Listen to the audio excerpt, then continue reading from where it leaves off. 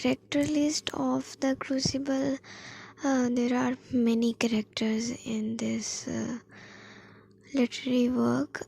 First one is John Proctor. John Proctor is a farmer in Salem. Proctor served as the voice of reason and justice in the Crucible. It is he who exposes the girls as fraud, who are only pretending that there is witchcraft, and thus becomes the tragic hero of the tale. And Proctor is a sharply intelligent man who can easily detect foolishness in others and expose it, but he questions his own moral sense because of his affair with Abigail Williams. Proctor question whether or not he is a moral man, yet this past event is the only major flaw attributed to Proctor, who is in all other respect honorable and ethical. It is a sign of his morality that he does not feel himself adequate to place himself as a martyr for the cause of justice when he is given the choice to save himself at the end of the play. Our next major character is Elizabeth Proctor. Um, she is wife of John Proctor, and Elizabeth shares with John a similarly strict adherence to justice and moral principles.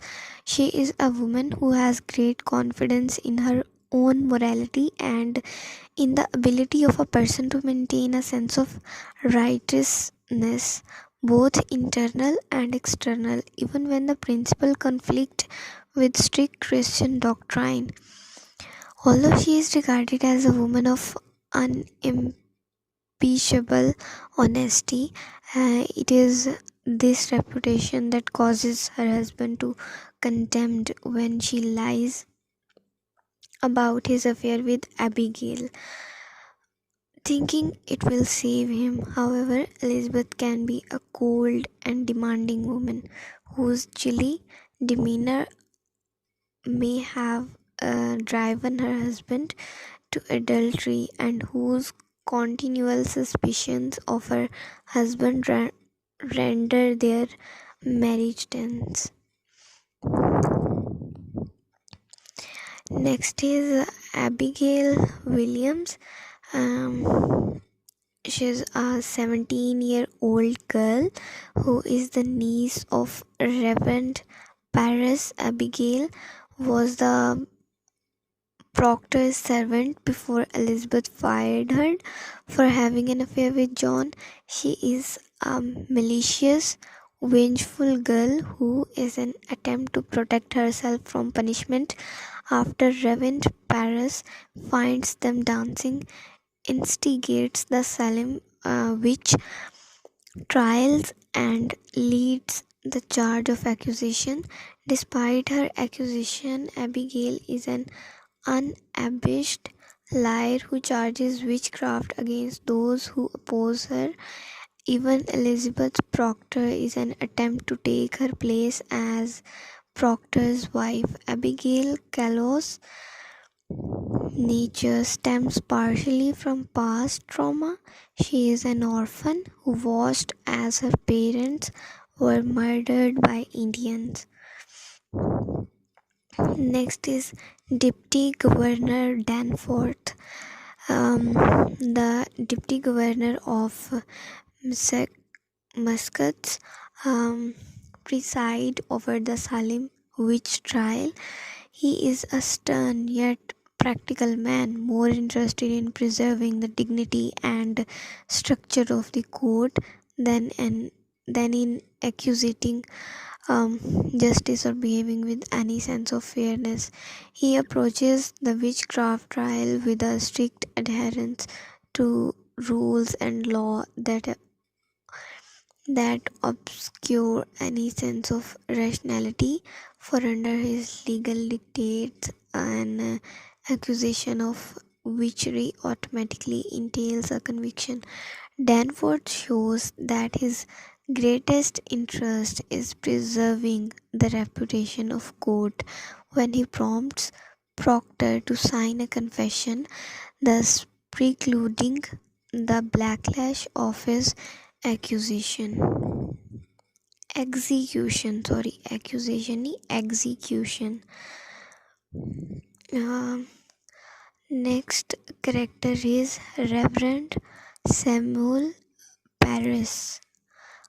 He's a weak, paranoid, and suspicious demagogue.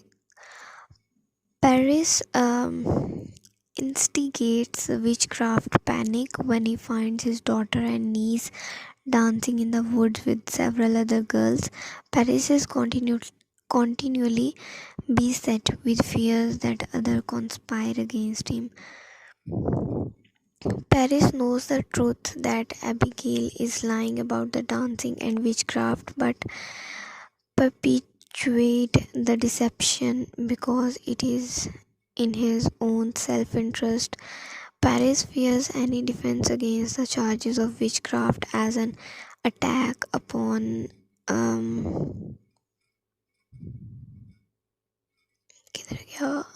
lying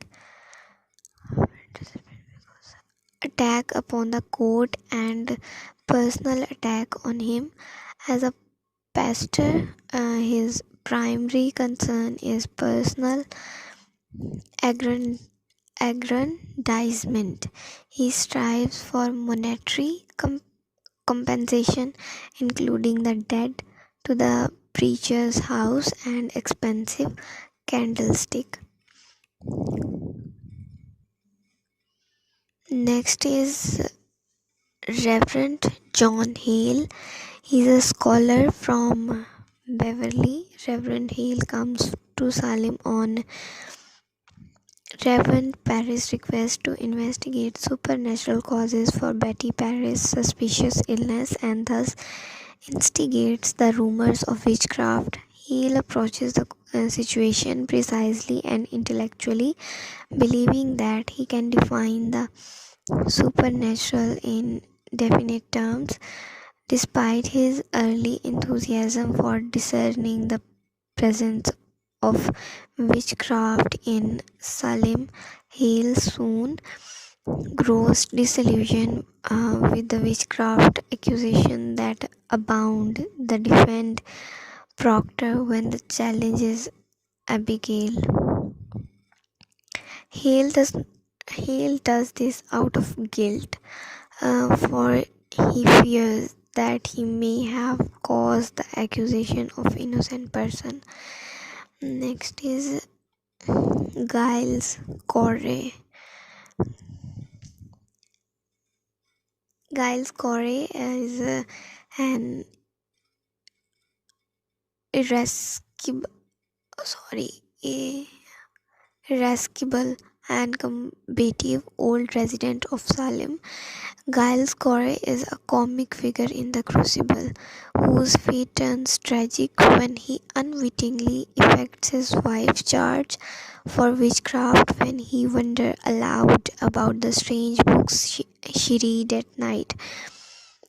Corey is a frequent plaintiff in court, having brought dozens of lawsuits, and he stands with Proctor in challenging the girl's accusation, believing that Thomas Putnam is using charges of witchcraft to secure land.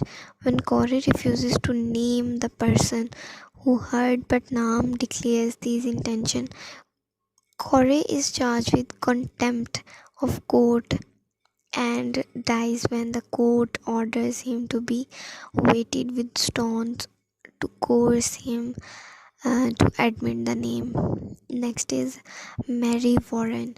She is a 18-year-old servant in the Proctor household. Mary is one of the girls found dancing in the woods and is complicit in Abigail Williams' schemes. Although weak and tentative, she challenges the Proctor when they forbid her to go to court. However, Mary eventually breaks down and testify against Abigail until Abigail charges her with witchery. She is a pliable girl whose actions are easily determined by others. These were major characters, and next are some minor characters. Tituba, Tituba, Tituba. He is a Paris slave from Barbados. Tituba was with the girls when they dance and attempt to conjure the spirits of Putnam's dead children. She is the first person accused of witchcraft and likewise the first person to accuse others of witchery, particularly when she discovered that the easiest way to spare herself is to admit to the charges no matter their truth.